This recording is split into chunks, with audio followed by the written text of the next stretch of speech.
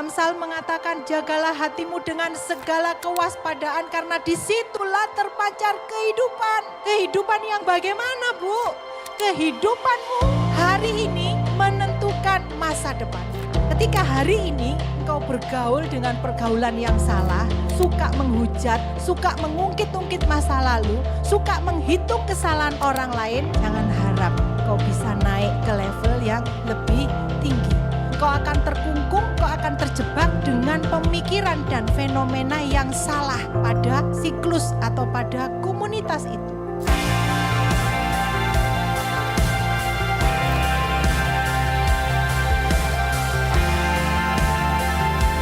Bapak Ibu, pelajaran malam hari ini, saudara dan saya harus menghilangkan rasa cemas, rasa khawatir, rasa was-was dalam hidup saudara.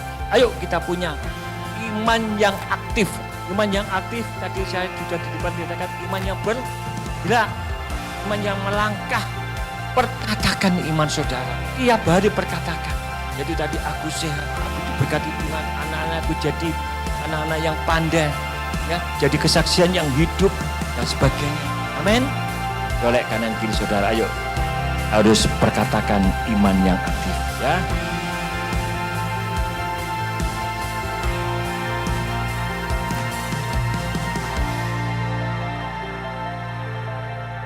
Saya percaya ketika anak-anak saudara dan saya dibekali dengan iman, maka iman itu sebagai perisai.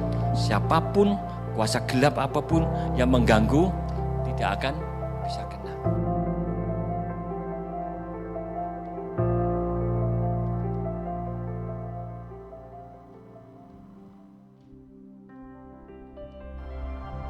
Amsal mengatakan jagalah hatimu.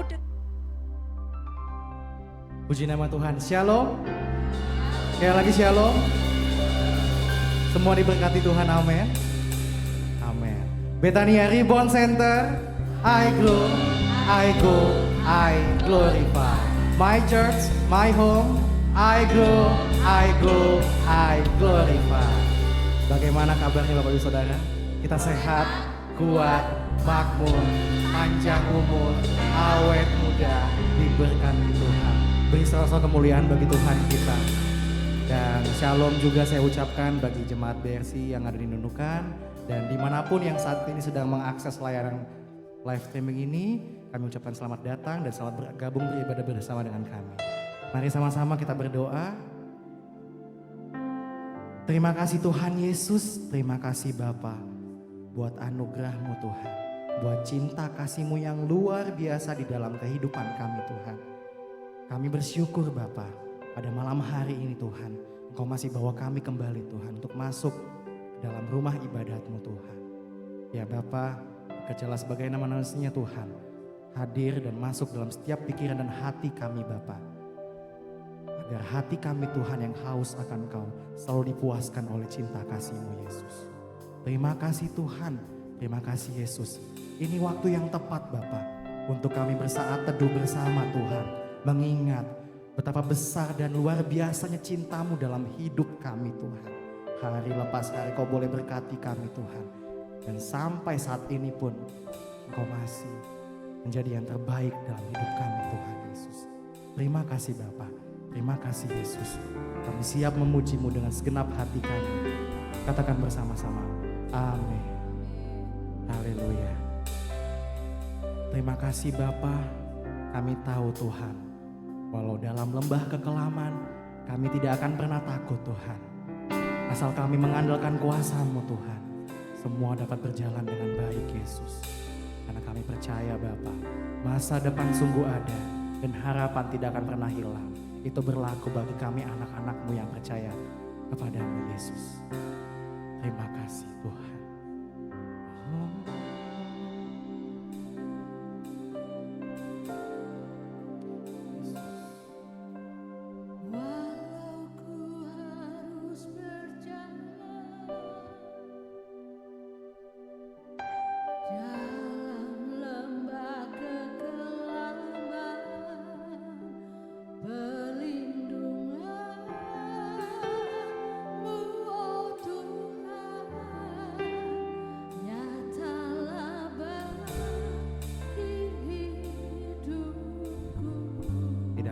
sedetik pun kau meninggalkan kami.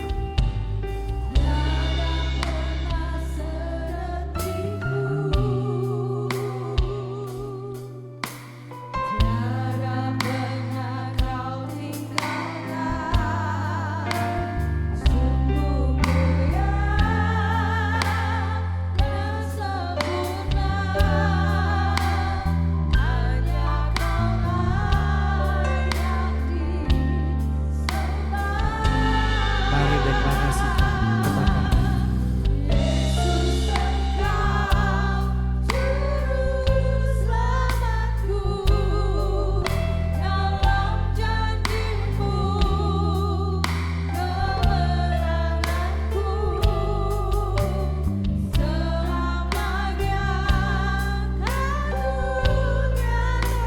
Besar kasih-Mu dalam hidup kami Tuhan.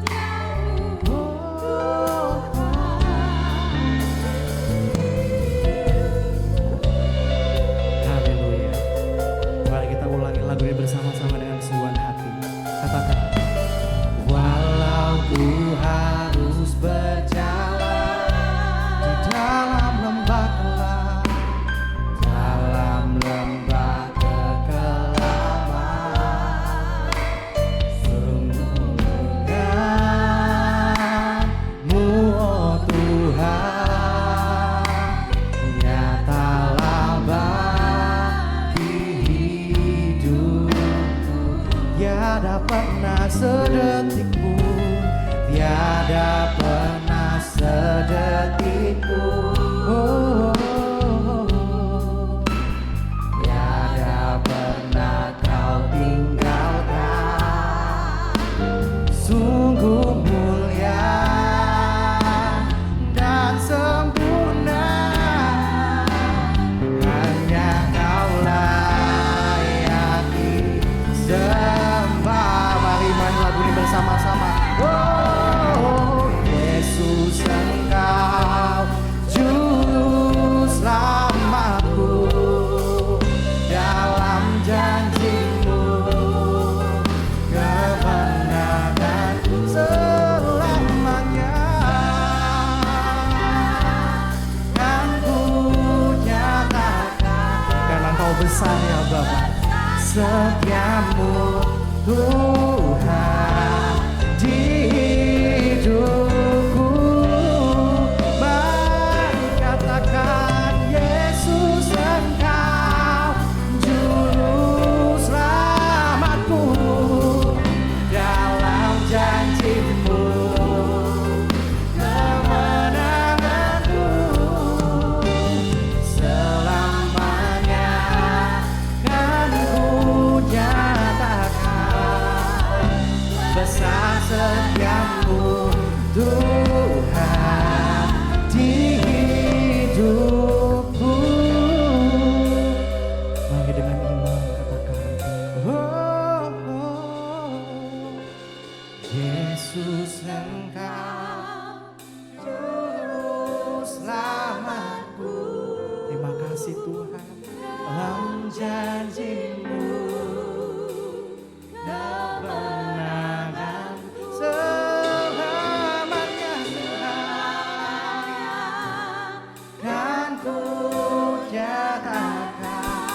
Besar setiamu Tuhan, oh, oh, Engkau Tuhan di hidupku.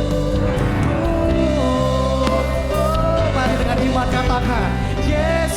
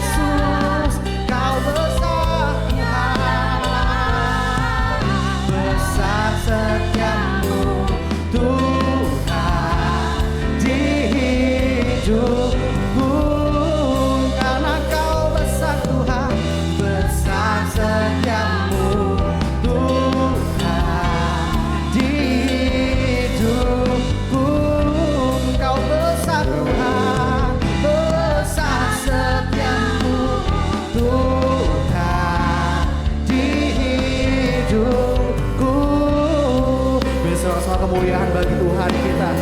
Kita menyembah Tuhan. Kita syukuri bahwa Tuhan Yesus sungguh baik dalam hidup kita. Mari sama-sama kita berikan rasa syukur kita. Ungkapan rasa syukur kita kepada Tuhan. Kita menyembah Dia. Dia Tuhan Raja di atas segala raja. Terima kasih Tuhan Yesus. Oh Bapa, karena Kau besar Tuhan.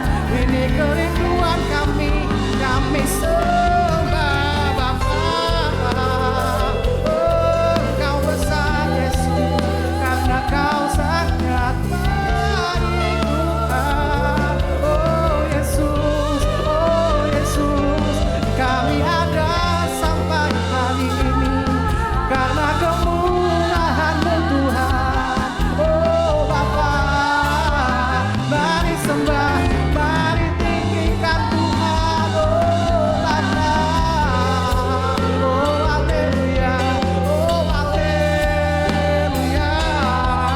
Terima kasih Tuhan, terima kasih Bapa. Engkau baik Tuhan. Kami sembah Kau Bapa dengan segenap hati kami. Kami sembah Kau Tuhan. Terima kasih. Engkau baik Tuhan. Engkau baik Yesus. Terima kasih Tuhan.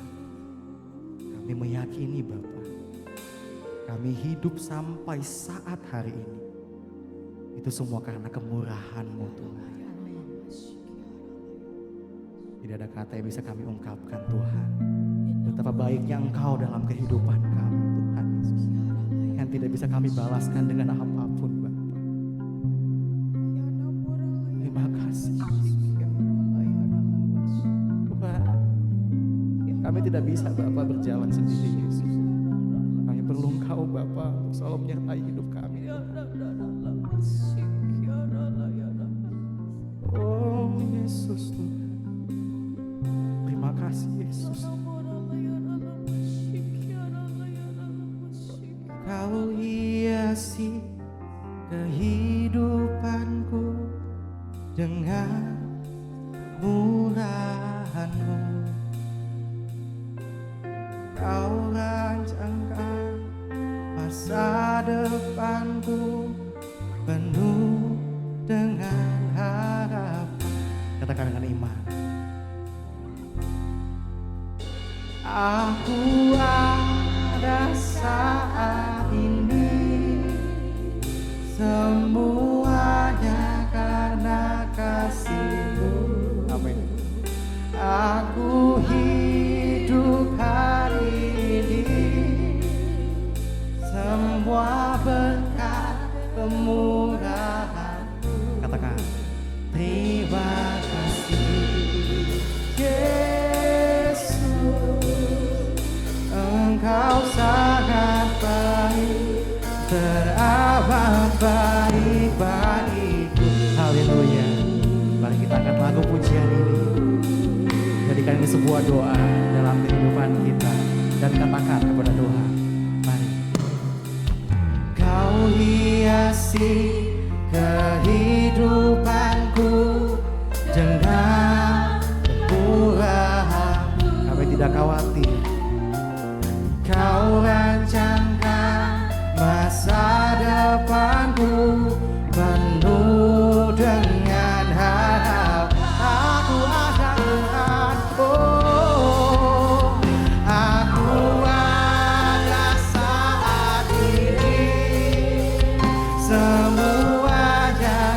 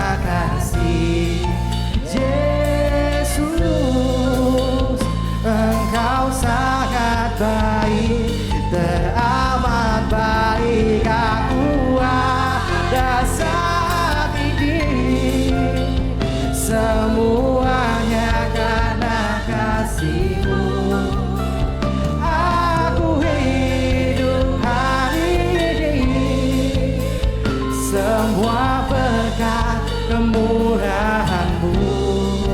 Terima kasih Yesus, Engkau sangat baik, teramat baik bagiku. Jemaat saja dengan iman katakan, aku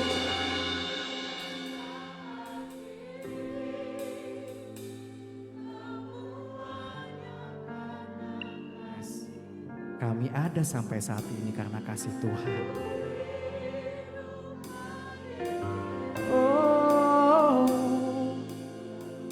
berkat kemurahan-Mu, katakan, terima kasih, oh Yesus, Engkau sangat baik, teramat baik. Aku ada saat ini, oh, semuanya karena kasih-Mu. Oh, aku hidup hari ini, semua berkat kemurahan-Mu. Oh, terima kasih Yesus,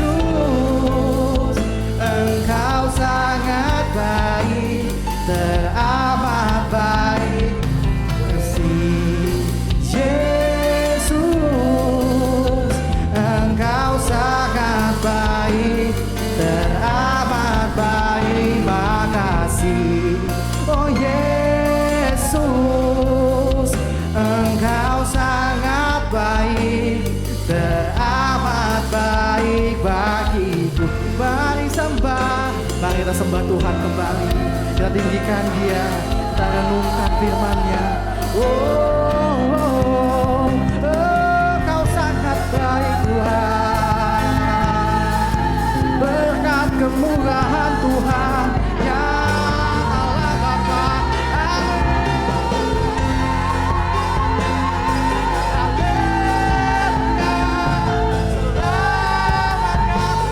Engkau sangat baik Yesus. Ini kerinduan kami Tuhan. Kami menyembah-Mu dengan segenap hati kami Bapa. Kami meninggikan Engkau Tuhan, karena Engkau Allah yang besar. Oh Bapa, oh haleluya. Terima kasih Tuhan. Oh baik Bapa, oh Bapa, kami sembah. Mari sembah, mari tinggikan. Oh Bapa, kami punya Allah yang besar Tuhan, selamanya kami sembah Tuhan. Oh Yesus, oh Yesus, oh Yesus. Terima kasih, Kau baik Tuhan. Terima kasih,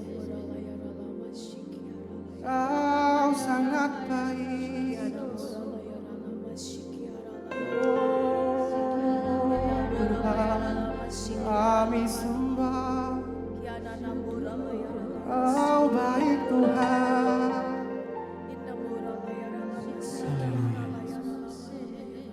Kiranya Tuhan berkenan memberkati rumah keluargaku. Amin. Apa yang telah Tuhan berkati, diberkatilah untuk selamanya. Dengan iman katakan, sebab Tuhan melindungi, Tuhan menyinari dengan wajah-Nya, memberi kasih karunia damai sejahtera. Tuhan Yesus berkati. Dengan iman, mari kita angkat pujian ini bersama-sama. Kiranya Tuhan berkata, memberkati rumah keluargaku. Apa yang tak Tuhan berkati. Diberkatilah untuk selamanya. Sebab Tuhan melindungi, Tuhan menyinari dengan wajah-Nya, memberi kasih karunia, damai sejahtera. Tuhan Yesus berkati. Oh, sebab Tuhan melindungi, Tuhan menyinari dengan wajah-Nya, memberi kasih karunia, damai sejahtera. Tuhan Yesus berkati. Sebab Tuhan melindungi, Tuhan menyinari dengan wajah-Nya, memberi kasih karunia, damai sejahtera.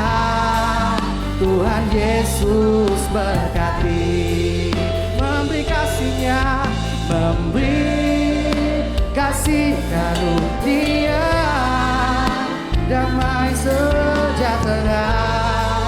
Tuhan Yesus berkati.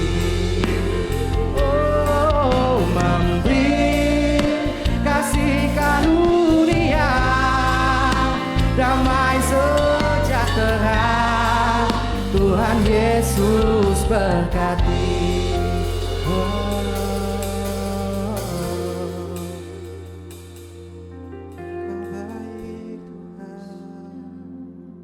Terima kasih Tuhan untuk setiap pujian yang boleh kami naikkan pada malam hari ini. Biarlah setiap pujian itu boleh menjadi dupa yang harum yang berkenan di hadirat Tuhan. Saat ini kami akan duduk diam. Berikan kami telinga seorang murid agar kami boleh mengerti setiap firman yang kami dengar. Buka hati kami Tuhan untuk menerima setiap benih firman. Sehingga benih itu bertumbuh, berbuah, menjadi berkat buat orang di sekitar kami Tuhan. Kuasai ruangan ini dan ruangan hati kami. Roh Kudus, Engkau campur tangan. Kami siap mendengar firman Tuhan. Hanya di dalam nama Yesus Kristus Tuhan yang siap menerima kebenaran, katakan Shalom. Semangat gitu loh. Ayo Shalom. Nah,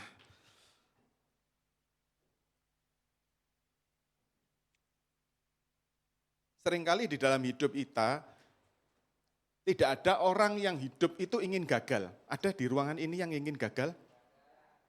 Kalau ada mungkin nanti didoakan sama Pak Pur ya. Tidak ada orang yang ingin gagal, semua orang ingin berhasil. Ingin sukses, ingin berkemenangan. Tidak ada satupun, apalagi masih di bulan Januari 2025, kita tidak mau gagal di sepanjang tahun 2025. Kita menjadi orang yang berhasil. Tetapi seringkali konteks keberhasilan, konteks orang tidak gagal, hidup berkemenangan, selalu dikaitkan dengan hal yang materi.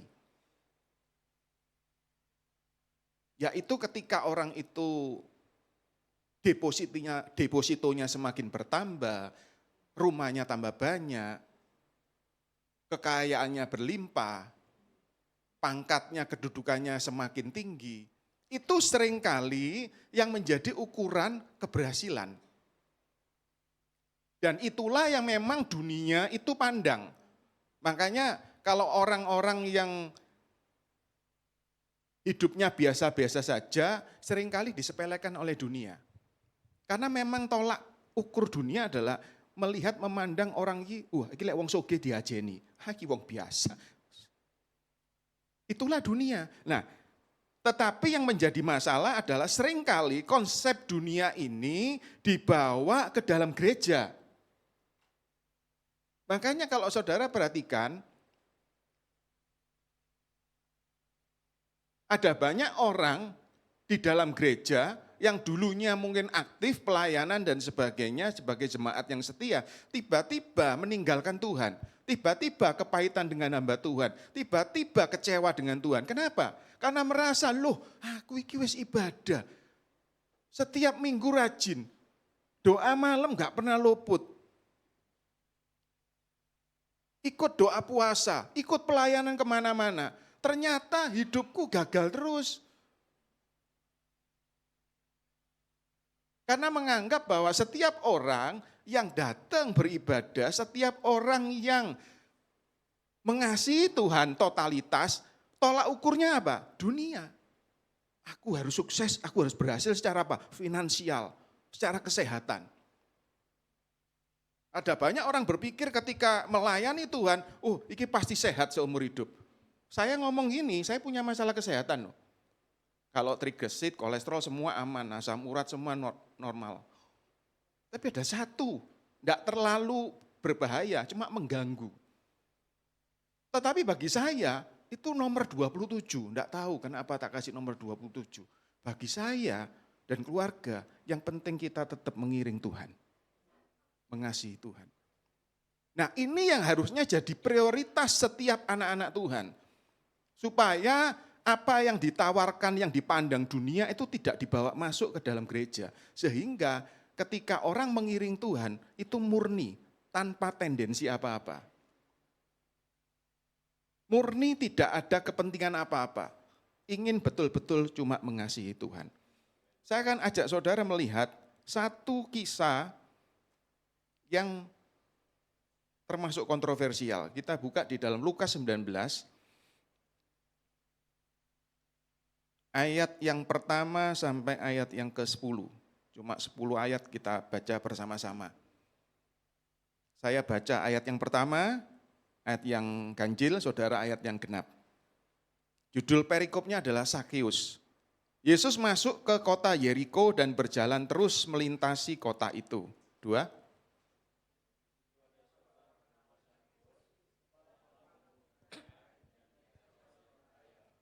Ia berusaha untuk melihat orang apakah Yesus itu, tetapi ia tidak berhasil karena orang banyak sebab badannya pendek.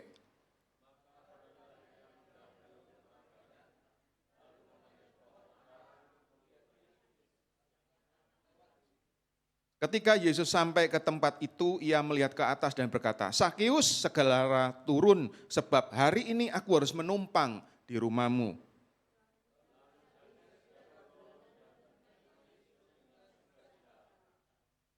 Tetapi semua orang yang melihat hal itu bersungut-sungut katanya, ia menumpang di rumah orang berdosa.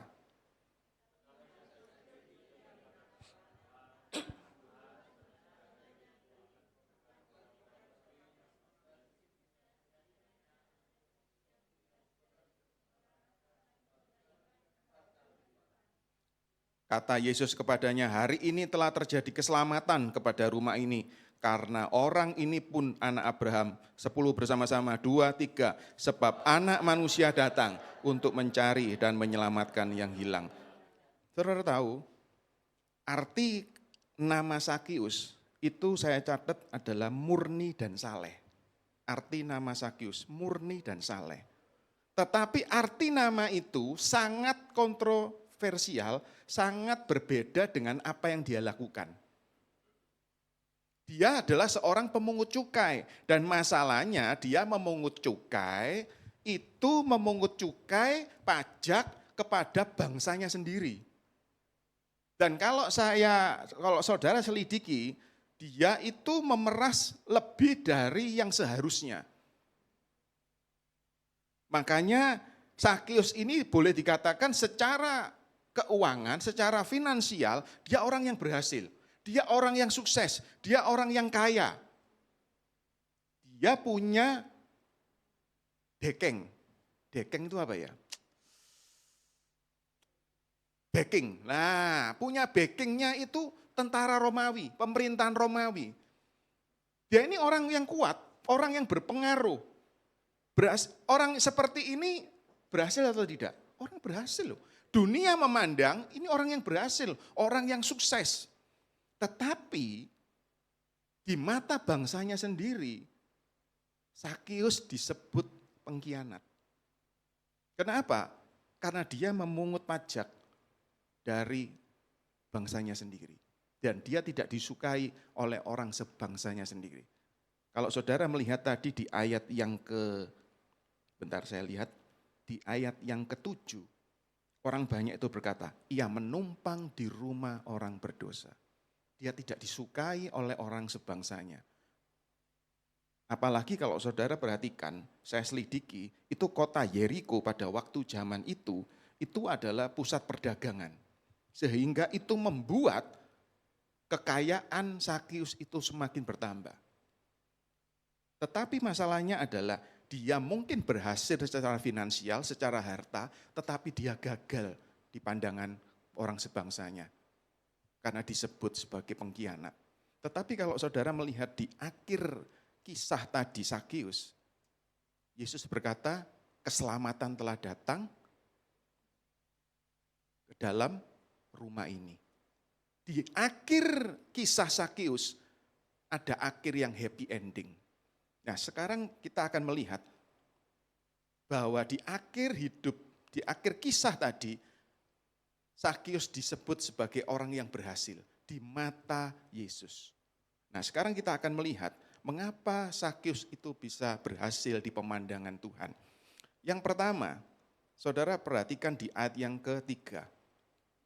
Saya akan bacakan lagi di ayat ketiga. Ia berusaha untuk melihat orang apakah Yesus itu. Tetapi ia tidak berhasil karena orang banyak. Sebab badannya pendek. Maka berlarilah ia mendahului orang banyak lalu memanjat pohon ara untuk melihat Yesus yang akan lewat di situ. Saudara perhatikan, ini orang yang kaya, ya, tetapi dia penasaran seperti apa Yesus itu.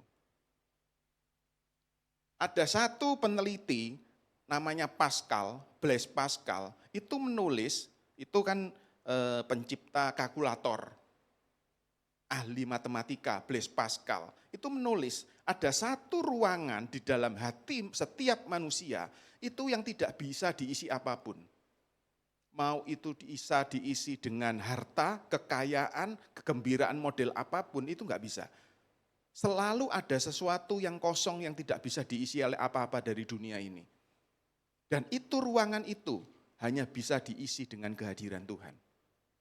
Makanya saudara perhatikan ada banyak orang yang hidupnya bergelimangan harta, yang mungkin setiap waktu itu bisa berpesta pora, tetapi ada rasa yang tidak bisa disembunyikan. Dia rasanya itu hidupnya tidak bahagia. Saudara pernah dengar gak orang yang suwoge, tapi aku uripku kok gak bahagia ya. Karena memang ada satu ruangan yang tidak bisa diisi oleh apapun, hanya oleh kehadiran Tuhan. Makanya ketika saya membaca kisah Sakius ini, saya percaya Sakius pun demikian. Sakius ini orang yang kaya, berpengaruh, tetapi dia penasaran, seperti apa sih Yesus itu? Bisa jadi kalau saudara lihat di pasal sebelumnya, di pasal ke-18, itu di pasal yang terakhir sebelum Yesus masuk kota Yeriko, di dekat kota Yeriko, itu Yesus menyembuhkan pengemis yang buta, Bartimeus. Dan saya percaya itu didengar oleh Sakius. Nah Sakius ini semakin penasaran. Loh, Yesus ini orang apa ya? Itu pengemis, buta, tetapi Yesus mau mendatangi, menyembuhkan. Sedangkan aku ini dijauhi banyak orang. Ini yang membuat penasaran Sakius. Bisa jadi itu, dia ingin ketemu, dia ingin melihat seperti apa sih Yesus itu. Siapa sih Yesus itu? Bisa jadi juga kemungkinan, ini tebak saya, kalau saya baca Alkitab selalu saya coba kondisikan kondisi itu pada waktu saya itu mungkin ada di sana. Bisa jadi juga Sakius ini berpikir, loh ada Yesus ngangkat satu murid yang profesinya itu sama dengan aku. Siapa? Loh aku takon siapa? Ada satu murid Yesus yang profesinya sama dengan Sakius pemungut cukai. Siapa? Loh, gak ada yang tahu.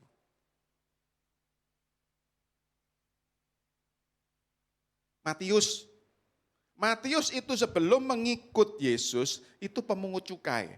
Nah, bisa jadi dia berpikir ini lagi, loh Matius aja pemungut cukai, itu diterima Yesus loh, bahkan jadi muridnya.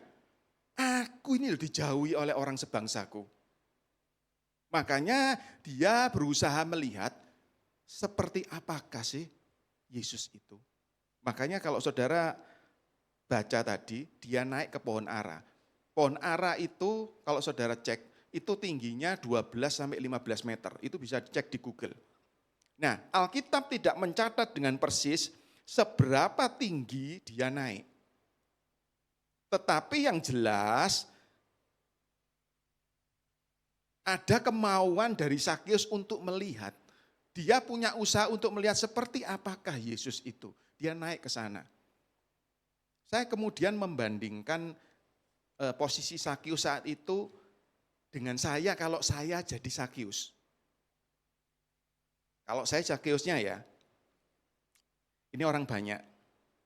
Nah, di tengah-tengah sini ada Yesus yang dikerumuni orang banyak, sekian banyak. Ya, saudara coba bayangkan ya, ada Yesus di sini, di sekeliling orang banyak. Sakius ini nggak bisa dekat karena badannya pendek. Makanya dia naik ke atas. Kalau saya Sakiusnya, saya ini aparat penting loh. Saya ini orang kepercayaannya tentara kerajaan Romawi loh. Kalau saya Sakiusnya, bisa enggak kira-kira saya itu berkata kepada tentara-tentara, suruh minggir itu orang-orang, aku mau ketemu Yesus. Bisa enggak? Sangat bisa. Sangat bisa. Dengan kuasanya, dia bisa memerintahkan orang banyak itu untuk pergi. Hei pergi, aku mau ketemu Yesus. Wah pasti mereka ketakutan. Tetapi itu tidak dilakukan oleh Sakius. Sakius justru naik ke pohon. Saudara tahu, seorang pemungut cukai dengan jabatan yang tinggi, sebagai aparat yang dikagumi oleh tentara Romawi, dia naik ke pohon yang tinggi, penean kayak gitu, kira-kira mempermalukan dirinya enggak? Dia enggak peduli ketika dia naik ke pohon tinggi, orang akan mencemooh dia. Weh, si pengkhianat bangsa, penean pohon. Tetapi Sakius enggak peduli. Karena satu, Sakius ingin tahu seperti apakah Yesus itu. Keberhasilan yang pertama, kenapa Sakius tadi dikatakan ada keselamatan terjadi di rumah ini. Karena yang pertama, Sakius itu berjumpa dengan Tuhan secara pribadi. Bagaimana dengan hidup saudara dan saya? Apakah ketika saudara beribadah, saudara menemukan Tuhan? Ada banyak orang yang beribadah itu asal-asalan. Saudara perhatikan, orang banyak tadi ngikuti Yesus, itu untuk apa sih? Kalau saudara baca pasal-pasal sebelumnya, orang banyak itu mengikuti Yesus cuma ingin dapat pertolongan, cuma ingin dapat mujizat. Makanya mereka ngikuti Yesus kemanapun Yesus pergi diikuti. Tetapi yang tragis adalah, di saat itu, orang banyak itu tidak ada satu pun yang menarik perhatian Yesus. Mereka ini sudah ngikuti Yesus mungkin bisa berhari-hari sampai masuk ke kota Yeriko. Tetapi justru saat itu yang menarik perhatian Yesus itu siapa? Sakeus. Saudara bayangkan ketika saudara beribadah dan Tuhan tidak tertarik dengan engkau. Waduh, tragis saudara. Tragis. Percuma saudara datang beribadah. Firman Tuhan berkata, bangsa ini memuji aku dengan mulutnya, tetapi hatinya menjauh. Seringkali kita beribadah, fokusnya itu bukan Tuhan, tetapi pertolongan Tuhan, mujizat Tuhan. Makanya gak heran, orang banyak tadi tidak ada satu pun yang menarik perhatian Yesus. Justru Sakeus yang pemungut cukai, yang tidak disukai orang sebangsanya, itu yang menarik perhatian Yesus. Kenapa? Karena dia punya usaha naik di tempat yang tinggi. Kalau saudara jadi anak-anak Tuhan, jadi orang Kristen, buatlah engkau itu punya standar berbeda dengan orang Kristen pada umumnya. Siapa di sini yang setiap hari baca firman Tuhan? Angkat tangan. Ojo tanggung-tanggung tak orang Kristen, wah gini loh.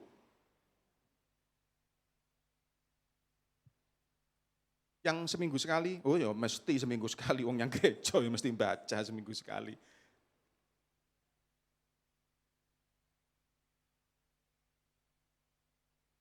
Tahun ini tahun ke-20 saya melayani Tuhan. Setiap hari saya baca firman Tuhan 3-4 pasal. Setiap hari saya berdoa. Saya berkata ini bukan untuk menyombongkan diri.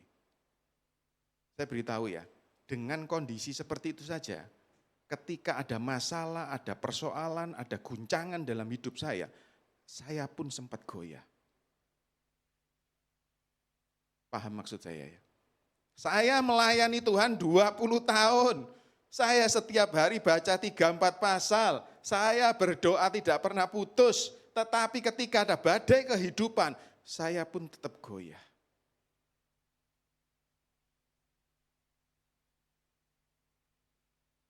Saya mau beritahu, kalau saudara hanya sekedar ibadahmu biasa-biasa saja, engkau mengiring Tuhan asal-asalan, saya mau beritahu, sekali waktu ada badai kehidupan, saudara akan habis ditelan badai. Saya jamin, saya garansi, tinggal tunggu waktu. Makanya setiap saudara dan saya harus membuat standar lebih tinggi dari orang lain. Seperti Sakeus tidak mau hanya masuk di gerombolan itu saja. Sakeus naik di tempat yang tinggi. Saudara harus berbeda dengan orang lain. Ketika saudara menyembah, setiap kali saya beribadah, saya beritahu ya. Tapi jangan ditiru loh ya.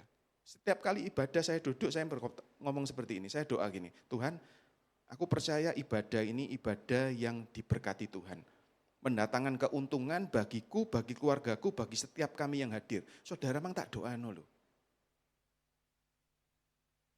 Ada banyak orang yang beribadah hanya sekedar ibadah. Dianggap ibadah itu rutinitas.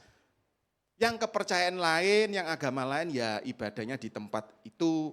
Saudara Kristen ya ke gereja. Cuma itu aja. Oh ini hari Minggu, wayane ibadah. Oh ini hari Rabu atau Kamis, wayane doa malam. Cukup itu aja. Kita tidak membuat standar hidup kita di dalam beribadah itu lebih di atas rata-rata.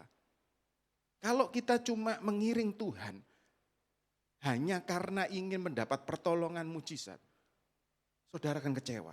Percaya saya, saudara akan kecewa. Karena Tuhan sama sekali tidak tertarik dengan itu. Dan saya mau beritahu, sekali waktu ketika saudara tidak betul-betul serius ngiring Tuhan, sekali waktu ada badai yang besar terjadi dalam hidup saudara dan saya, dan saudara tahu hari-hari ini, bahkan di tahun ini, di tahun 2025 ini, tidak ada prediksi yang baik tentang tahun ini. Dan itu akan terus di tahun berikutnya 26, 27. Karena firman Tuhan sudah mencatat, hari-hari ini sudah hari-hari akhir. Goncangan akan semakin kuat. Masalah ekonomi akan semakin rumit. Saya tadi bincang-bincang dengan teman saya di kendaraan tadi. Ada 2 nama besar kuliner yang sudah mulai tutup, gerainya tutup. Gak tambah baik, dunia gak tambah baik, memang itu firman Tuhan. Tetapi setiap saudara, ketika saudara memang serius ngiring Tuhan, saudara ingin serius mengenal Tuhan, saya garansi sampai dunia ini bagaimanapun keadaannya, saudara dan saya pasti akan dipelihara Tuhan. Pasti saudara dipelihara Tuhan. Pasti, saya garansi. Saya melihat bahkan akhir-akhir ini, saya nggak akan cukup waktu untuk bersaksi. Tapi saya hari-hari ini, saya mulai bulan Oktober tahun lalu, sampai hari ini, hidup saya itu dipelihara Tuhan Yesus dan babi. Loh serius, Tuhan Yesus dan babi. Saya bikin, eman ya nggak ada videonya, lupa saya juga nge-share. Saya bikin babi kriuk. Itu saudara tahu, besok lusa saya kirim ke Jayapura. Kalau ke Jakarta segalanya itu hampir tiap hari saya ngirim. Hari ini tadi saya ngirim ke Bogor. Saya nggak ngerti cara Tuhan bekerja. Tetapi saya mau beritahu, ketika saudara betul-betul mengenal Tuhan, saudara tidak punya tendensi apa-apa, saudara cuma ingin mengenal Yesus. Makanya Daud ngomong gini, tidak ada yang kuingin di sorga selain engkau. Tidak ada yang diingini Daud, cuma Tuhan saja yang diingini. Makanya Daud itu luar biasa ketika bermazmur memuji Tuhan. Karena yang diinginkan Daud lebih baik 1 hari di dalam rumah Tuhan daripada 1000 hari di tempat lain. Daud betul-betul rindu hanya ingin dekat Tuhan saja. Kenapa? Karena dekat Tuhan, saudara akan aman, saudara akan nyaman. Saudara mungkin lihat rekening, saudara ada orang yang rekeningnya banyak, mungkin nyaman. Tapi saya mau beritahu, nyaman belum tentu aman. Sekali waktu banknya bisa kolaps. Tetapi ketika saudara berlinggung di dalam naungan Tuhan, mau bagaimanapun, saudara percaya, makanya Ayub itu tidak bisa disentuh oleh iblis. Karena apa? Iblis itu lo tahu. Ketika iblis mau mencobai Ayub, iblis izin sama Tuhan toh. Tuhan kan ngomong membanggakan, itu lo lihatan hambaku Ayub. Hebat toh. Mengasihi aku dan sebagainya. Iblis jawabnya apa? Oh jelas Tuhan, lah ada pagar perlindungan kok yang kau pasang. Loh iblis saja tahu loh.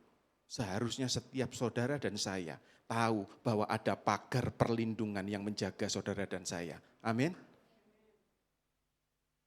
Biarlah setiap kita mulai saat ini engkau belajar mengenal Tuhan.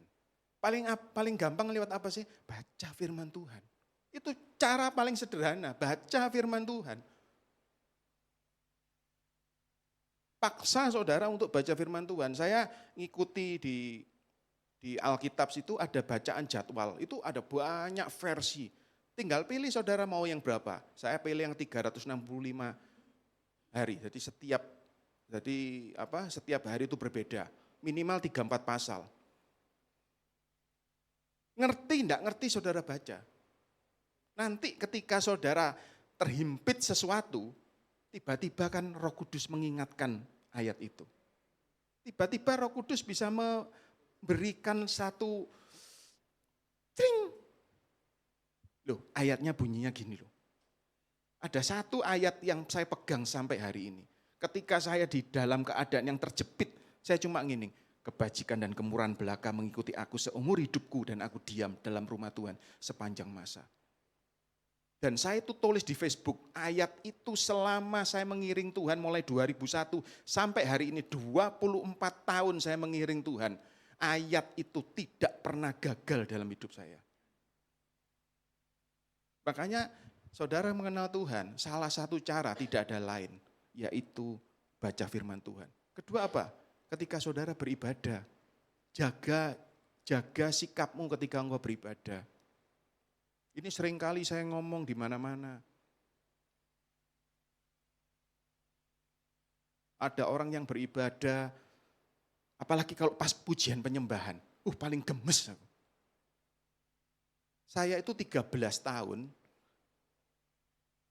saya ini diaken di salah satu gereja. Di sekitar area sini.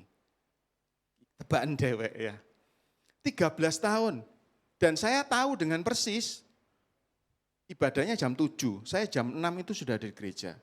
Rumah saya waktu itu di Dieng. Saudara tahu jarak Dieng ke sini berapa jauh? Anak-anak saya waktu itu masih kecil. Jam 4:30 kami bangun. Kami siapkan waktu yang terbaik untuk itu. Ada orang yang ketika memuji menyembah Tuhan, itu asal-asalan. Makanya ketika saya ada kesempatan melayani Tuhan, menyampaikan firman Tuhan, selalu ini tak sampaikan. Supaya saudara bertobat. Bahkan ada satu gereja di Surabaya, durasinya tidak lama, 60 menit, enggak tak sebut yang itu biar tahu. 60 menit, di depan saya itu loh, ada anak sama mamanya, mainan HP, itu pas pujian penyembahan, mainan HP. Cuma ibadah 60 menit. Dan saya melihat ketika saya diaken itu saya melihat ketika memuji Tuhan, tangannya sendakep gini. Mungkin mantan security.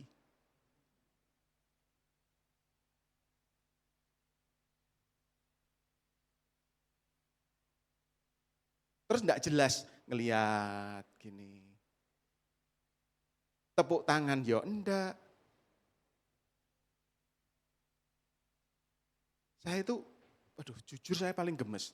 Saya kemarin beberapa waktu yang lalu, saya biasanya kalau di gereja itu diduduk di paling pinggir jalan. Nah ini jalan saya di pinggir gitu. Sekali waktu saya dapat di tengah, di sebelah saya, bapak-bapak, pas pujian nih, sendakep. Aku mau ingin itu, untung duduk aku Tuhan nih. Lah aku Tuhannya tak seplak. Tidak menghargai ibadah. Padahal saat saudara memuji Tuhan, itu saat yang tertepat untuk saudara meninggikan Tuhan. Seharusnya saudara menghargai itu. Biarlah selepas saudara mendengar ini, ketika saudara beribadah, saudara lebih serius lagi beribadah, supaya saudara dan saya betul-betul alami perjumpaan dengan Tuhan. Yang percaya katakan amin. Yang kedua, yang terakhir, cuma 2 saja. Di ayat yang 7 dan 8, dikatakan seperti ini, tetapi semua orang yang melihat hal itu bersungut-sungut, katanya ia menumpang di rumah orang berdosa. Tetapi Sakius berdiri dan berkata, hei, ojo rame ae. Ayatnya enggak ngomong gitu ya.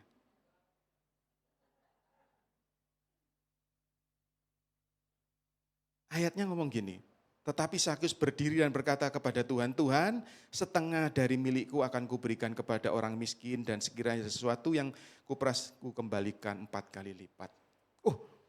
Ketika Sakius berjumpa dengan Yesus secara pribadi, yang kedua, pribadinya diubahkan luar biasa. Dan itulah tujuan utama itu. Setiap saudara dan saya ketika saudara sudah mengenal Yesus, tujuannya cuma satu, karakter saudara diubahkan. Bukan ekonomi, bukan sakit penyakit, kalau cuma menyembuhkan sakit penyakit itu hal yang remeh. Memulihkan keluarga yang berantakan itu hal yang gampang. Membuat saudara diberkati luar biasa itu masalah sepele bagi Tuhan. Yang angel itu apa? Ngatur pola pikir, karakter, tingkah laku itu paling sulit. Yang luar biasa dari Sakius saat itu adalah ketika orang banyak, itu menumpang di orang berdosa. Saya mikir gini, iku lek aku belum tentu bisa loh. Belum tentu bisa kalau saya, jujur. Bisa jadi saya langsung ngatek, langsung saya ngomong, "Jok rame ya kon iki." Bisa jadi loh. Tetapi Sakius itu luar biasa ketika dia mengalami perjumpaan dengan Tuhan, dia menjadi pribadi yang rendah hati. Padahal dia ini orang yang pangkatnya tinggi loh. Dia ini orang yang ditakuti banyak orang loh. Tetapi saat itu ketika dia sudah mengenal Kristus, mengalami perjumpaan pribadi dengan Tuhan, dan Tuhan masuk ke rumahnya, langsung berubah. Saudara tahu, Mesir ke Kanaan itu jaraknya seperti Malang Jakarta. Saya sudah cek itu di Maps. Sekitar 800 sekian kilometer. Kita buat 900 kilometer. Ya, itu di Maps saya iseng-iseng ketik. Kira-kira kalau jalan kaki Malang Jakarta itu berapa? 25 hari. Anggapan 1 bulan. Saudara enggak percaya? Kalau enggak percaya besok pagi dicoba kumpul di depan sini gereja jalan kaki. Itu 25 hari maksimal 1 bulan. Tetapi mereka berjalan di padang gurun berapa? 40 tahun hanya untuk ngerubah karakter mereka.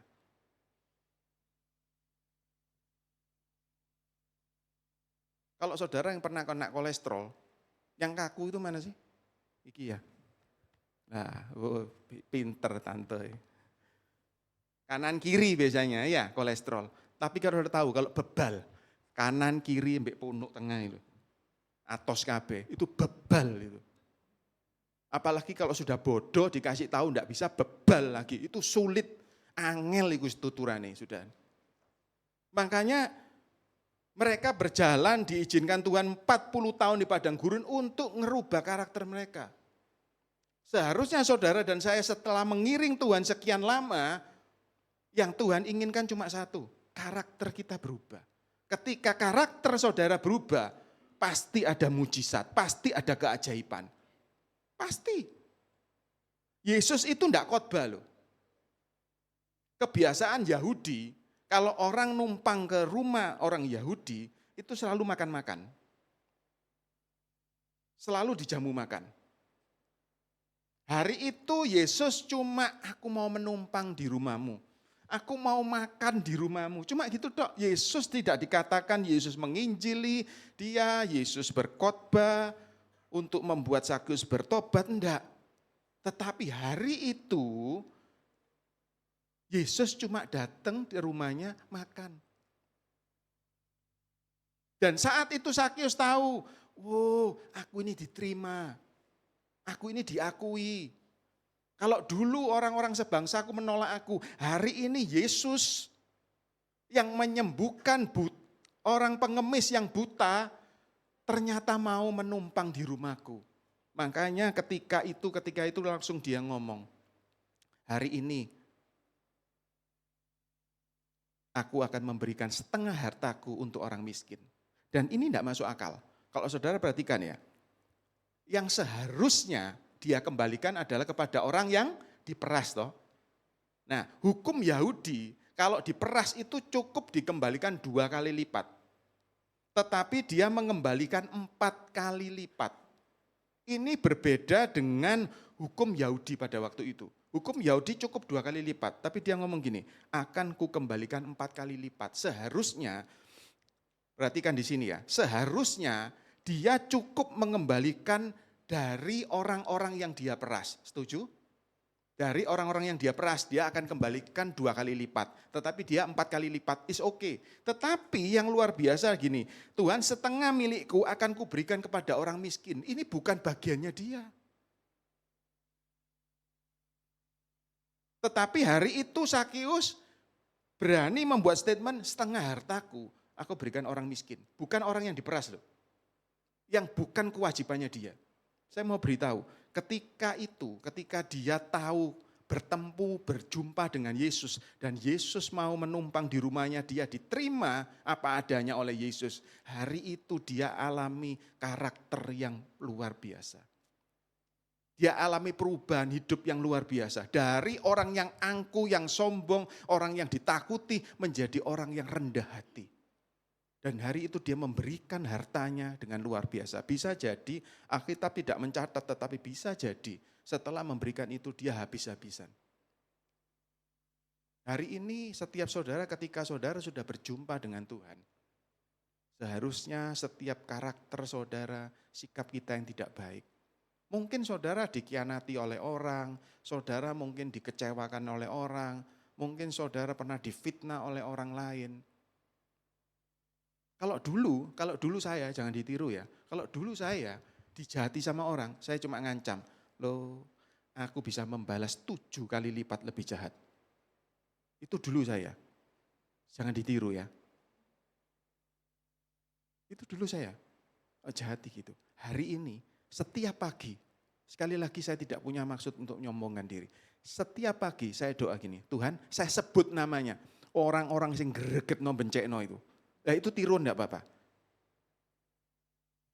Tak sebut namanya sampai apal. Dulu saya ini, loh sulit saudara, ngalahkan daging ini sulit.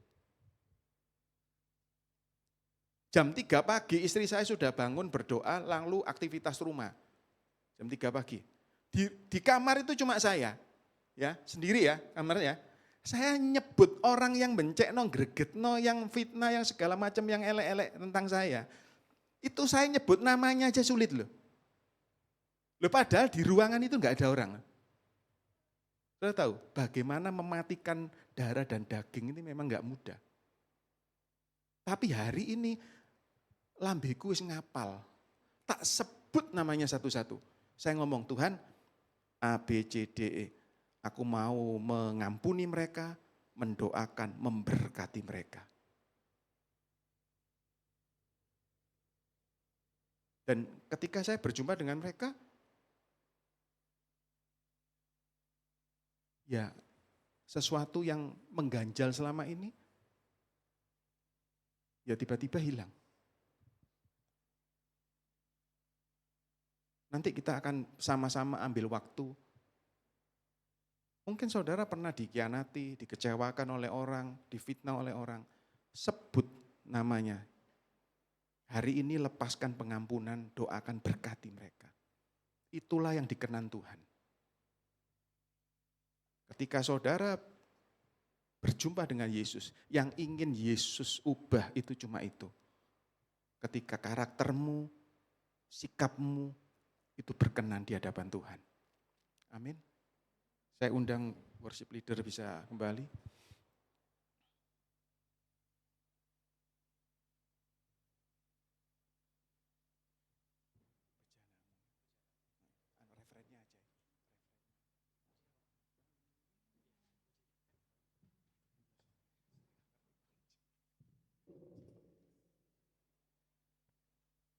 Mari kita semua bangkit berdiri.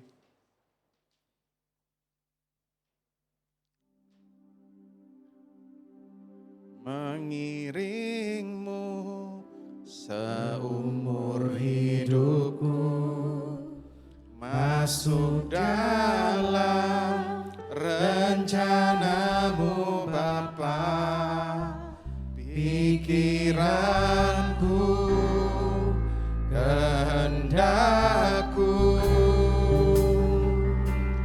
ku serahkan padamu. Harapanku hanya di dalam-Mu. Ku kan teguh bersama-Mu Tuhan.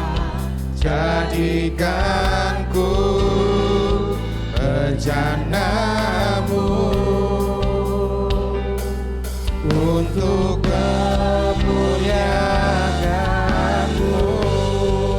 Mengiringku seumur hidupku, masuk dalam rencana-Mu Bapa. Pikiranku, kehendakku,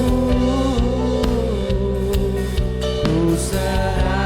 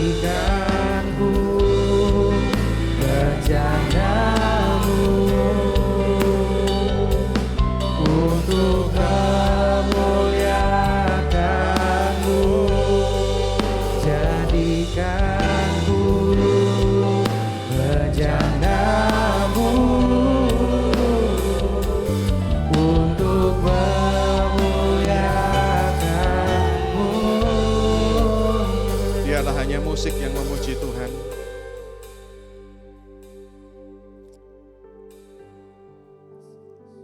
Tuhan Yesus, hari ini kami belajar dari sosok Sakeus Tuhan.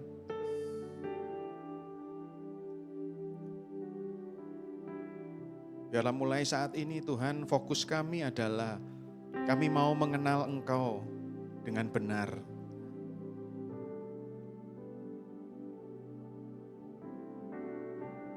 Fokus kami bukan kepada berkat-Mu, bukan kepada mujizat pertolongan-Mu Tuhan. Seperti orang banyak di sekitar Sakeus dan Yesus tidak tertarik dengan mereka. Tetapi kami mau menaikkan level kami ketika kami mengiring Tuhan. Kami mau serius mengenal Tuhan lewat firman-Mu Tuhan. Kami mau serius mengenal Tuhan lewat setiap ibadah yang kami ikuti. Kami tidak mau main-main lagi Tuhan ketika kami beribadah.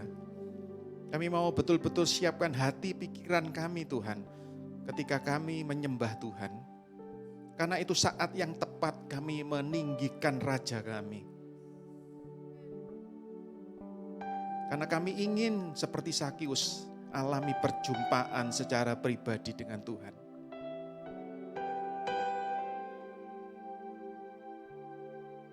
Dan biarlah ketika kami berjumpa dengan Tuhan, kami bisa berkata seperti Daud, tidak ada yang kuingini selain Engkau Tuhan. Harta bisa lenyap, kekayaan bisa hancur, kesehatan bisa merosot, tetapi kasih setia Tuhan akan tetap kekal selama-lamanya. Dan biarlah setiap kami Tuhan menjadi orang-orang yang Engkau ubahkan seperti Sakeus. Dari orang yang arogan, yang sombong, yang angkuh, menjadi orang yang rendah hati. Mungkin ada orang-orang yang memang ada di dalam hidup kami, yang menyakiti kami, mengecewakan kami, memfitnah kami, menjatuhkan kami. Saat ini kami ambil waktu Tuhan mengingat mereka satu persatu. Berikan keberanian kepada kami untuk berdoa buat mereka.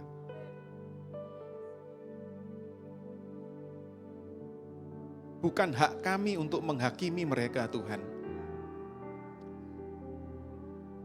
Setiap jemaat Engkau ingat nama-nama yang mungkin menyakiti Engkau.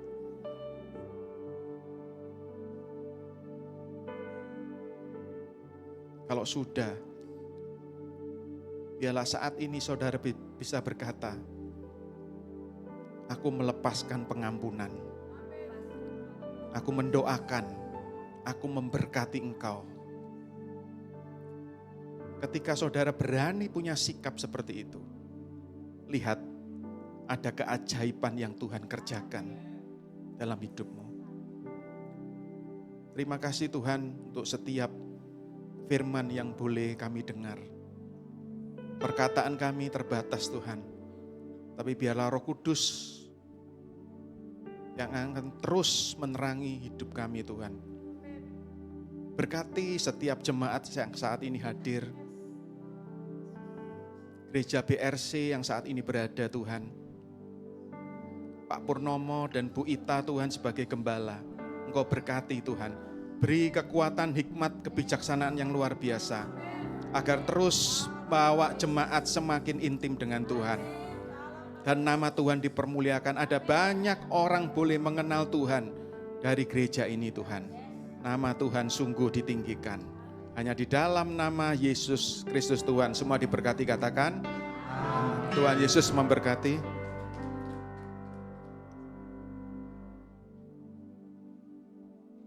Bapak Ibu yang dikasihi Tuhan, saudara diberkati oleh firman Tuhan. Angkat tangan, lambaikan tangan saudara, berikan tepuk tangannya Yesus kita yang dahsyat. Mari Bapak Ibu, malam hari ini firman Tuhan sudah sangat jelas. Kita fokus kepada Yesus ya. Sakit saja bisa fokus kepada Yesus dan terima kasih karunia. Firman yang luar biasa, terima kasih buat Bapak Paul Wang yang sudah memberkati kita melalui firman Tuhan. Kiranya beliau dipakai dimanapun. Pak Paulus Wang, tapi tadi WA-nya kok baru ya Pak Paulus ya. Kiranya hambanya dimanapun berada biar dipakai Tuhan untuk kemuliaan nama Tuhan. Saya tertarik tadi kesaksian yang luar biasa, babi kriuknya sudah dikirim ke Jakarta, ke Papua, di Tonggoni Durung. Nah ya Tonggoni. Nah, nanti kita pesen 5 kilo ya. Bayar dewe-dewe.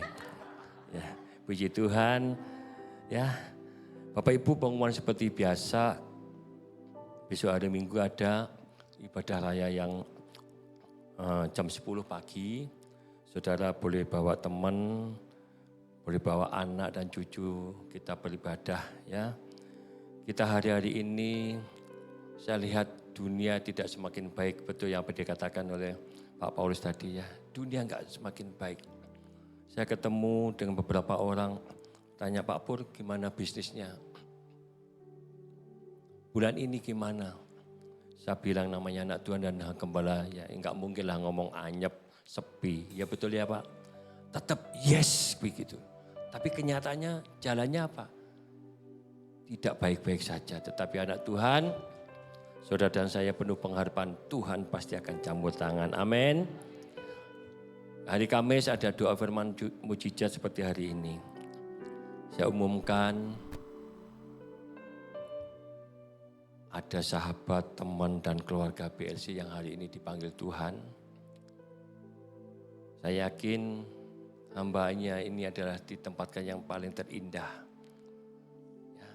Beliau pelayan kita yang setia. Tapi Tuhan berkehendak di masa mudanya, yang masih muda, tidak tahu umur berapa Bu Ita, Pak Andika. 40 si Pak. Tapi yang terbaik Tuhan sudah berikan. Pepatah dulu, jari ini mau mampir ngombe. Hidup kita itu enggak akan lama saudaranya. Saudara dan saya enggak tahu berapa. Tapi yang pasti saudara dan saya, ayo saya himbau, selama saudara masih kuat, saudara masih hidup, ayo kita melayani Tuhan.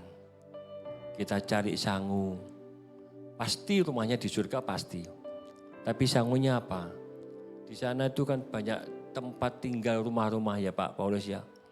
Saudara mau rumah RSSSS tingkat 7, atau rumah yang bagus, yang mewah, tergantung pelayanan saudara.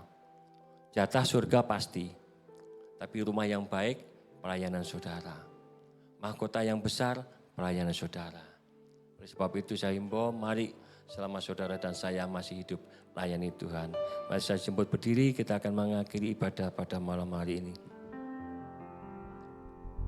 How great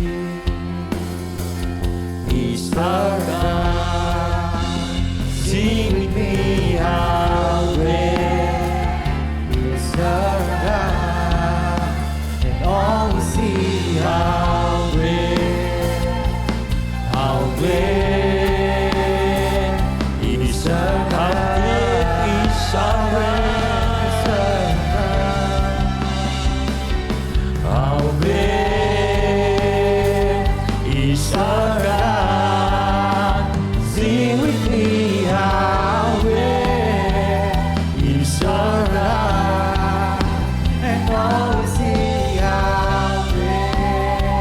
Sekali lagi. Besar Allahku.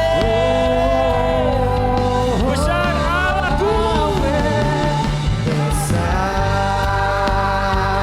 Allahku. Nyanyikan besar Allahku. Selamanya besar dan ajaib. Selamanya besar. Selamanya besar dan ajaib. Selamanya besar. Selamanya besar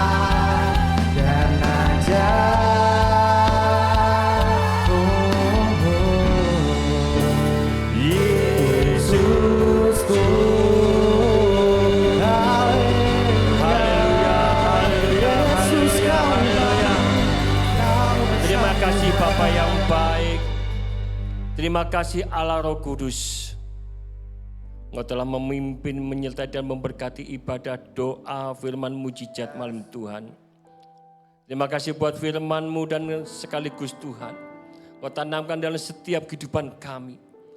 Dan Engkau memampukan Roh Kudus untuk melakukan sebagian firman-Mu Tuhan. Kami tahu Tuhan, tanpa kami melakukan kami tidak bisa melihat hal-hal yang besar ya Bapa. Kekuatan Roh Kudus itu yang kami perlukan ya Bapa. Berkati hamba-Mu, Pak Paulus yang sudah menyampaikan isi hati-Mu. Dimanapun hamba-Mu berada Tuhan, baik pelayanannya Tuhan, Kau pakai lebih hari lebih dahsyat ya Bapa. Pewahyuan turun atas beliau, usaha pekerjaannya Kau berkati, rumah tangganya Kau berkati ya Bapa. Apapun yang dikerjakan Kau buat berhasil dan beruntung. Sekarang saudaraku, angkatlah kedua belah tanganmu, terimalah berkat dari surga.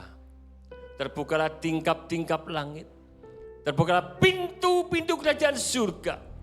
Hamba-Mu mengikat semua yang ada untuk turun atas kami semua. Berkat Abraham, Ishak dan Yakub menjadi bagian-Mu turun-temurun. Diberkati hidup nikah dan anak-anak cucu-Mu. Diberkati usaha pekerjaanmu, kesehatanmu, studimu. Apapun yang Kau kerjakan dibuat Yesus berhasil dan beruntung. Jalanmu tidak pernah turun. Engkau dipenuhi kepala bukan ekor. Jalanmu terus naik. Oleh sebab itu saudara, bawalah semuanya ini dan nikmati dengan iman. Di dalam nama Bapa, Putra dan Roh Kudus.